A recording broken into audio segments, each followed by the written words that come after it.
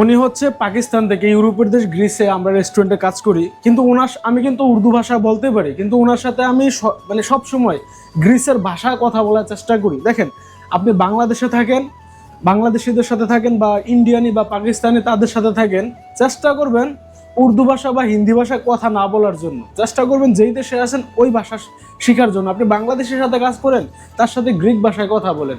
তো যারা গ্রিসে আসবেন বা ইউরোপের অন্যান্য দেশে যাবেন, ইতালি, ফ্রান্স, পর্তুগাল, স্পেন বা যে যে স্বপ্নের দেশে যাবেন, আপনারা চেষ্টা করবেন যে ওই দেশের ভাষায় কথা বলার জন্য। মানুষ বলে, ভাই আমি তো বাংলাদেশিদের সাথে থাকি, এজন্য আমি তার সাথে বাংলাতে কথা বলতে হয়, আমি ভাষা শিখতে পারি না।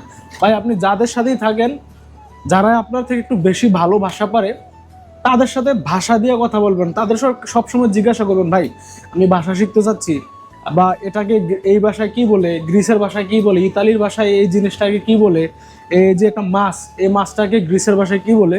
তো ওনার সাথে আমি চেষ্টা করি যে সবসময় গ্রিসের ভাষায় কথা বলার জন্য। ভাই εγώ πάντα προσπαθήσω να μιλάω με σένα με την ελληνικά γλώσσα.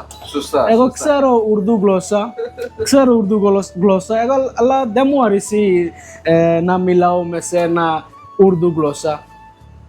Εγώ θέλω να μάθει ελληνικά γλώσσα Σωστά, καλά κάνεις. από μέσα εσένα. Έτσι. Καλά κάνεις. Μπράβο. তো সবসময় গ্রিস ভাষায় কথা বলবেন যাদের সাথে কথা বলবেন। তো ইনশাল্লাহ, যে দেশে সবচেয়ে মানুষ আসার পরে গ্রিসে ধাক্কা খায়, সেটা হচ্ছে ভাষার দিক থেকে সবাই ধাক্কাটা খায়।